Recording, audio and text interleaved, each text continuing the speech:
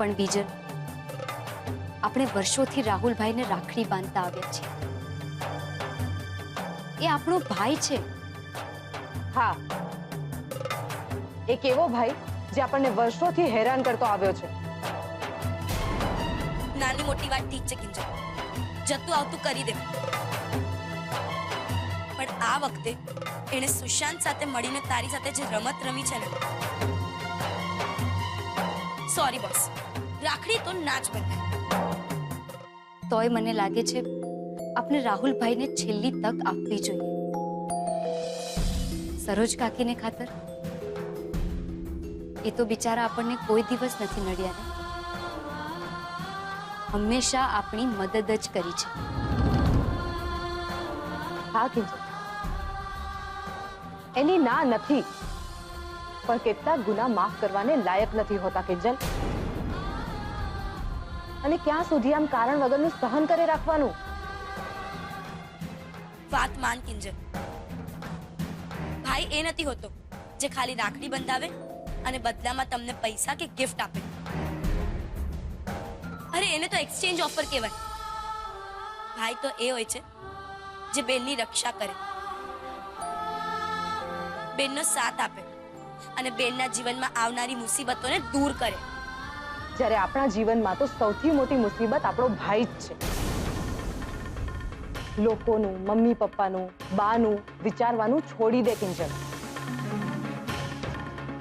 હવે સમય આવી ગયો છે કે આપણે રાહુલને સમજાવી દેવું જોઈએ કે બસ ભાઈ, હવે તારું બહુ થયું. તારા દુઃખના અમે લેવા માટે તૈયાર છીએ, પણ શરત માત્ર એટલી જ છે કે તું અમને દુઃખ દેવાનું બંધ કર. હા કિંજલ, આ વખતે મેં નક્કી કર્યું છે કે હું રાહુલને રાખડી નહીં બાંધું. અને હું પણ નહીં, અને તું પણ નહીં બાંધે. બા આપણને કહેતા હોય છે ને હંમેશા, સાપનો ભારો, સાપનો ભારો. તો બસ, સાપ ડંખ મારે ને મારે, ફૂફાડો ચોક્કસથી મારે છે, અને એ પોતાની રક્ષા કરે.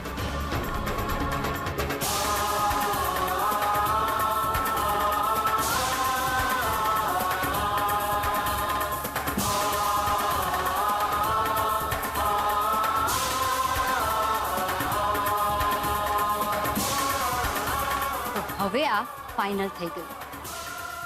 આ વર્ષે આપણે રાહુલને રાખડી નથી બાંધતા એટલે નથી બાંધતા.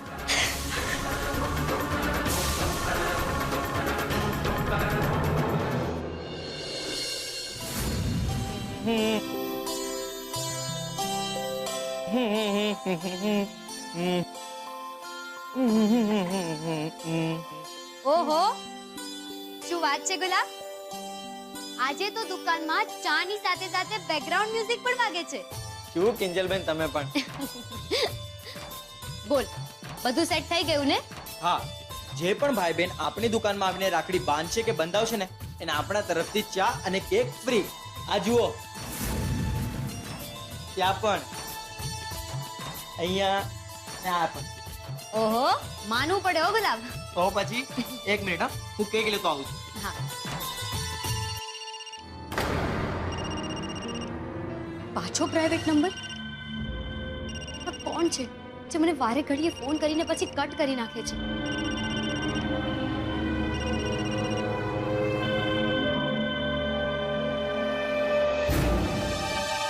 હેલો, કોણ બોલે છે? હું નિત્યા બોલું છું. કોણ? નિત્યા? બોલ, શું કામ છે તારે? હા, એ કહેવા પૂછવાનું બાકી રહી ગયું હતું? શરમ નથી આવતી તને આવા ગોરખ ધંધામાં સાથ આપતા? હા, તું પણ એક છોકરી જ છે ને? તમારી જિંદગી બરબાદ થઈ જશે એવો એકવાર પણ વિચાર ના આવ્યો?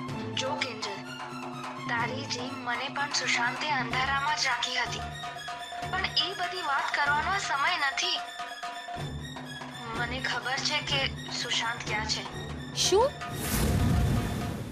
ક્યાં છે? બોલ, જલ્દી બોલ, ક્યાં છે? Hello, hello.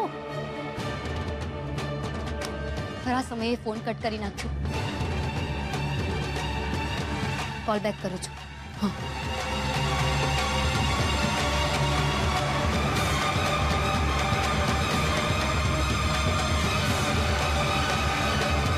શું કરું કઈ સમજ નથી પડી રહી.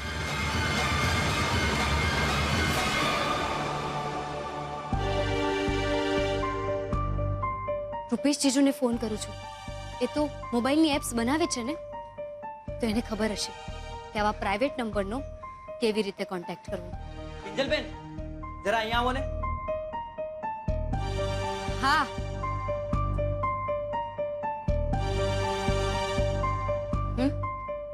આ કેક કેવી છે? સરસ છે. અને ચલ હવે એની સામે મૂકી દે એટલે વાત કરવાની છે.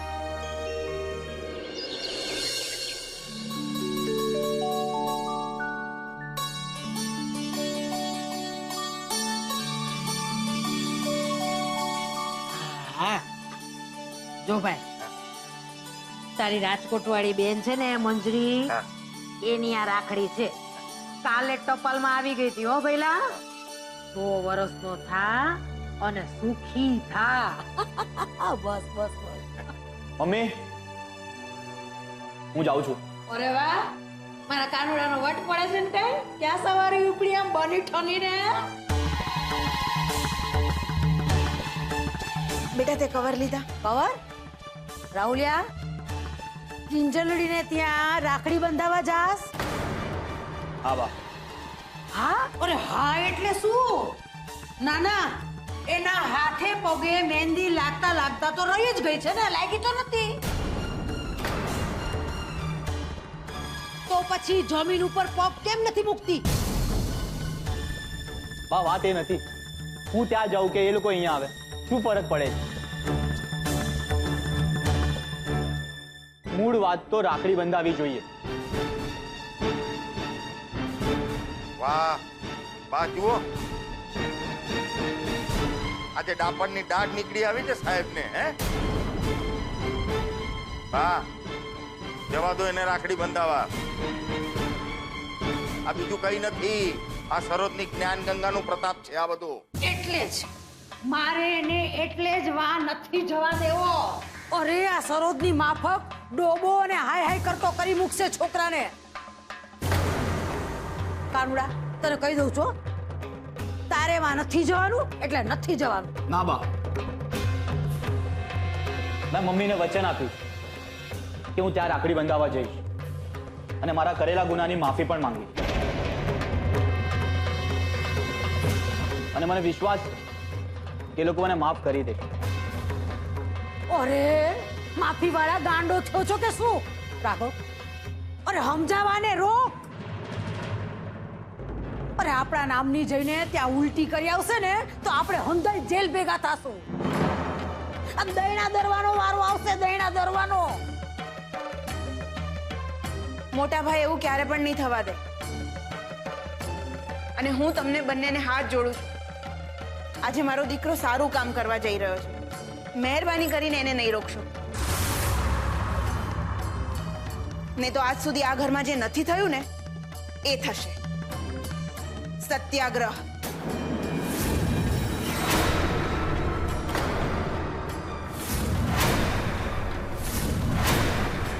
અરે તારી તો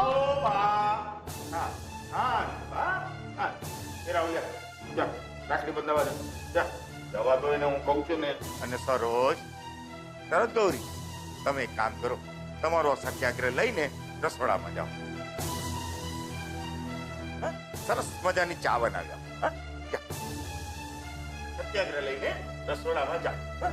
અરે શું જાવ તારી. તમે સમજતા નથી બા. સમજો, રાહુલ મોટાભાઈના ઘરે રાખડી બંધાવા જશે, બરાબર? ત્યાં ઈ જશે તો આપણો આવરો જાવરો ચાલુ થઈ જશે, વાટકા વ્યવહાર શરૂ થઈ જશે. અરે બા, તમારી જાસૂસી પણ ઓન થઈ જશે અને મારી 150 દુકાનની દલાલી પણ. બચા પીઠિયા, આ વાત તો તે મુદ્દાની કરી હો. તો એવા દે તારી સરોજની જ્ઞાન ગંગાને આપણે હારે હારે 2-4 ડૂબકી લગાવી લઈશું. તું કે તે તાલી તાલી તમે પેંડો તાલી નહીં આવે. ગમરો તું. હો.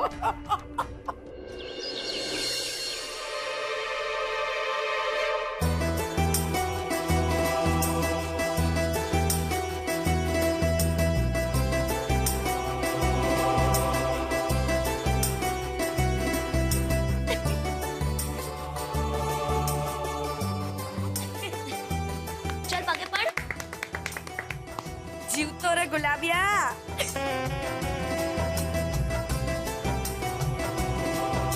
લાવ હવે ગિફ્ટ. Thank you.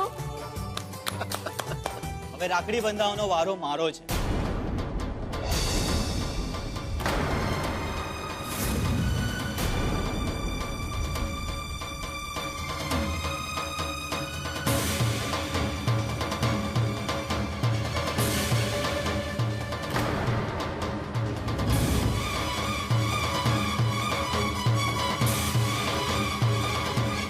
કેમ શું થયું? તમે બધા મને આમ કેમ જુઓ છો? બીજન હું તારો ભાઈ છું. દર વખતે તમે લોકો રાખડી બાંધવા મને ઘરે આવો છો. આ વખતે ના આવ્યા એટલે મને થયું કે હું જ સામેથી રાખડી બંધાવીને આવું. ખોટું બોલવાનું રહેવા દે રાહુલ. મને પૂરેપૂરી ખાતરી છે કે સરોજ કાકીએ તને સમજાવી પટાવીને કાં તો પછી પોતાના સમ આપીને અહીં મોકલ્યો છે. શું ફરક પડે છે? મારે તમને ત્રણેય બહેનોને વિનંતી કરવી છે. મને માફ કરી દો મારા બધા ગુનાઓ માટે. તમને લોકોને બહુ તકલીફ, બહુ દુઃખ આપ્યું છે. એના માટે માફ કરી દો તમારા આ ભાઈને. આજથી આપણે નવી શરૂઆત કરીએ. મોહન કાકા, તમને પણ સોરી.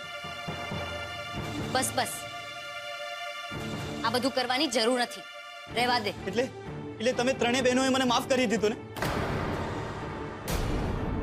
મને ખાતરી જ હતી કે મારી ત્રણેય બહેનો સારી જ છે. ચલો હવે આપણે રાખડીનું બતાવીએ. જરાય નહીં.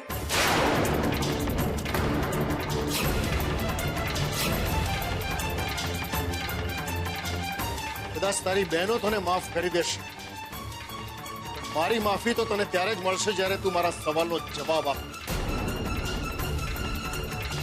અને એમ કે સુશાંતે જે પ્લાન ઘડ્યો હતો એની તને ખબર હતી? અને જો ખબર હતી તે એમાં સાથ શું કામ આપ્યો? બોલ, જવાબ આપ મને. પછી જ આપણે નક્કી કરીશું કે તારી બહેનો તને રાખડી બાંધે કે નહીં.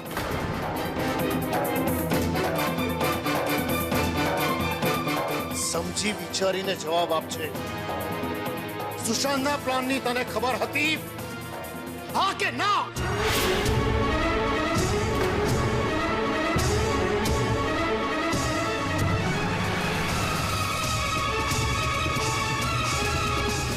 હા.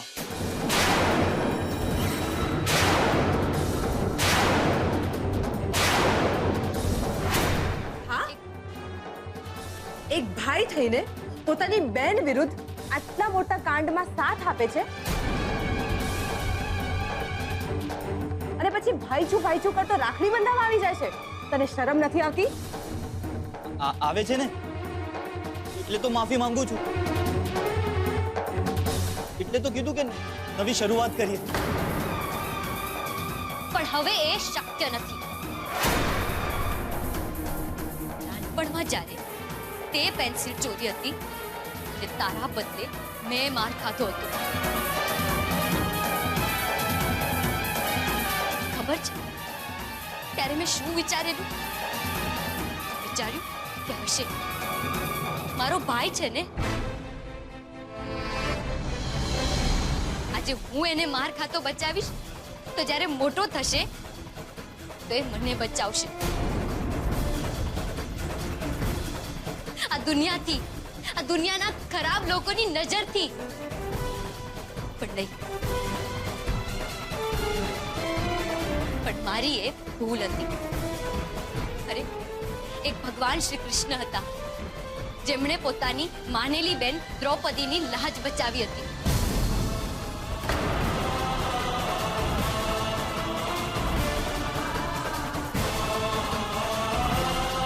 અને એક તું છે જે અમારો ભાઈ થઈને પણ તે અમારી આબરૂના લીરે લીરા ઉડાડ્યા હતા.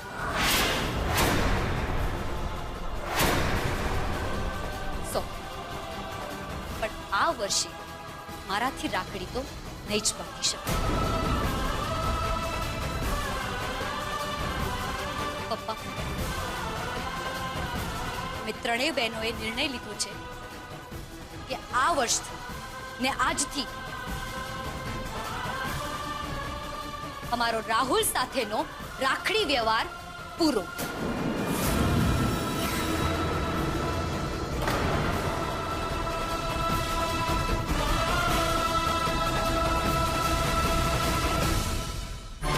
ના ના, એવું થોડી ચાલે.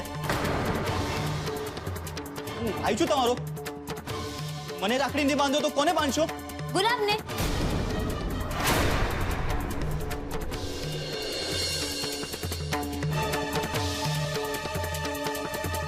તે જોયું નહીં હમણાં?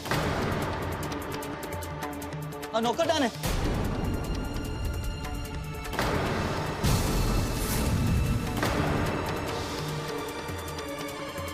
તમે લોકો મારી જગ્યા નોકરને આપશો?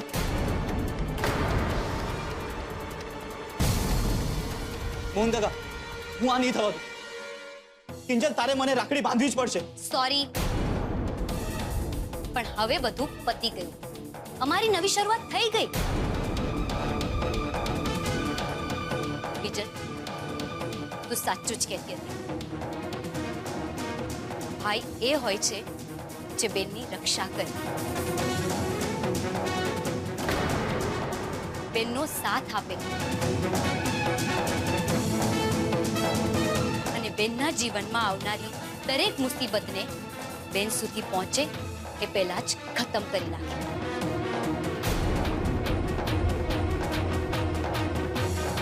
અને ગુલાબ, જે અમારા સારા નરસા દરેક પ્રસંગોમાં અમારી પડખે ઉભો રહ્યો છે, અમારો ભાઈ બનીને.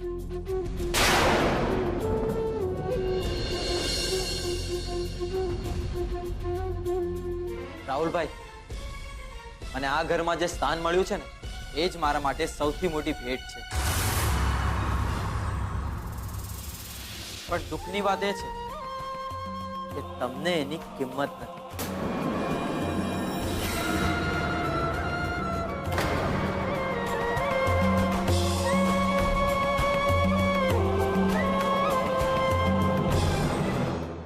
પપ્પા, બાકી એક વાત તો કેવી પડે. હા, તમારા રાજકોટ વાળા મંજરી બેન તમારા સગા બેન નથી, તો પણ દર વર્ષે ભૂલ્યા વગર સમયસર તમને રાખડી પહોંચાડે છે. હા કિંજલ, ભાઈ બહેન ના પ્રેમને જ તો રક્ષાબંધન કહે છે.